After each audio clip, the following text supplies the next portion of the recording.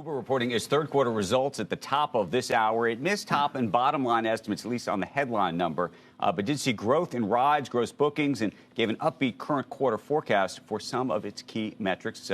Here to talk about all of this at Uber's headquarters to break down those numbers for First on CNBC interview is Dara Khosrowshahi, the company's CEO. It's nice to see you. Good to see you as well. A lot to talk about. Let's just talk about the headline numbers, though, because I just said that those numbers were lower on the revenue side.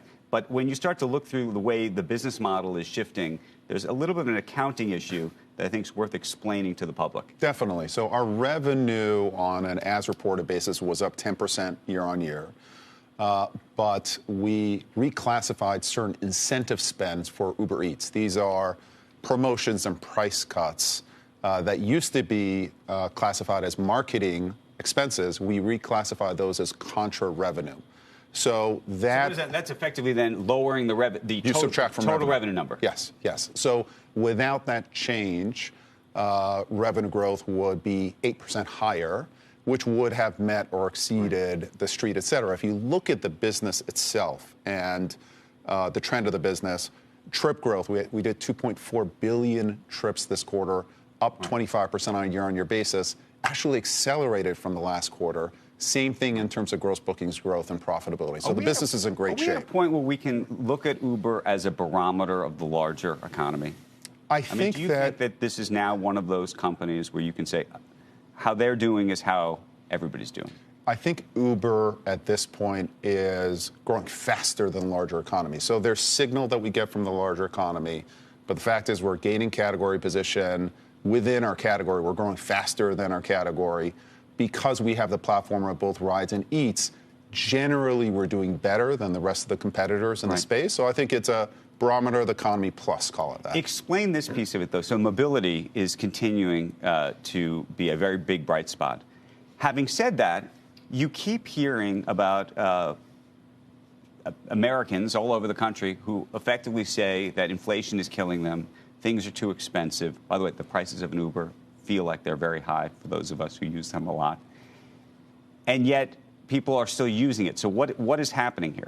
Well, I think that inflation is hitting everybody, and everyone notices it every day. If you go shopping, if you get an Uber, if you go out to restaurants, et cetera.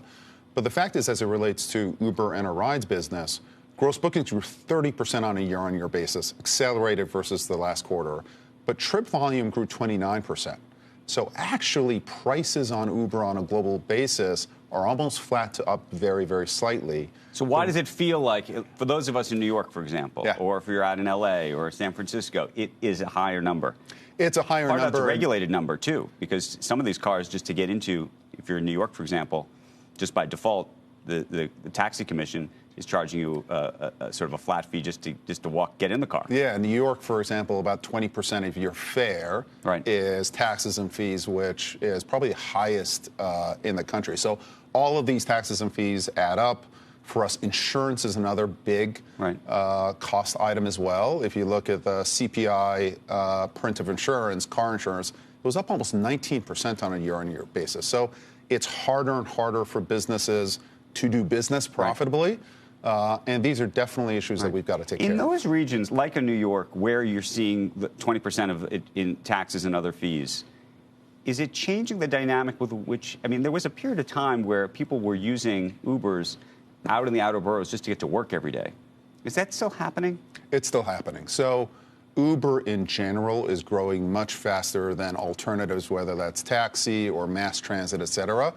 And I think all these fees are not slowing down congestion and everything else. Because that was also part of the argument was that we're going to get people into the subways and get people into buses. They, in a way, it was almost talking about contra, trying to get people out of the vehicle, out of the car. I think that story's not over, right? I do think that subway in New York is coming back, and the volumes certainly are coming back. But you know, you drive around in New York, it's plenty congested at this point. Can we talk about the freight business? Sure. That is a spot where the line is not going up.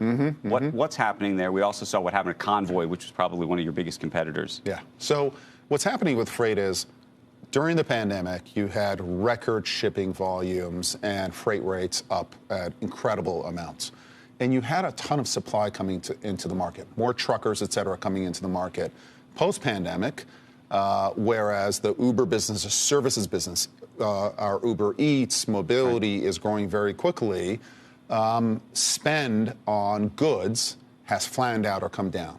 And so that has created a freight recession in terms of rates that we haven't seen for a very, very long time. And I think some of the smaller players, some of the weaker players, maybe some of the players who overspent have gone out of business, and they'll continue to go out of business. It definitely hurt our Uber Freight business. Our Uber Freight business. Is that a business you want to stay in? Definitely. Is that a good business? I asked because of the convoy situation. Is that a business model you say this is? Definitely, and I think with Uber Freight, what we've done is we've diversified into transportation management. So not only are we in the digital brokerage space that Convoy was, but we're actually managing the fulfillment systems of many, many players out there. So it's a much more holistic approach to fulfillment. And listen, in tough times, larger companies, smarter companies with the best technology can stand out. And I do think this is a time when Uber Freight can't stand out.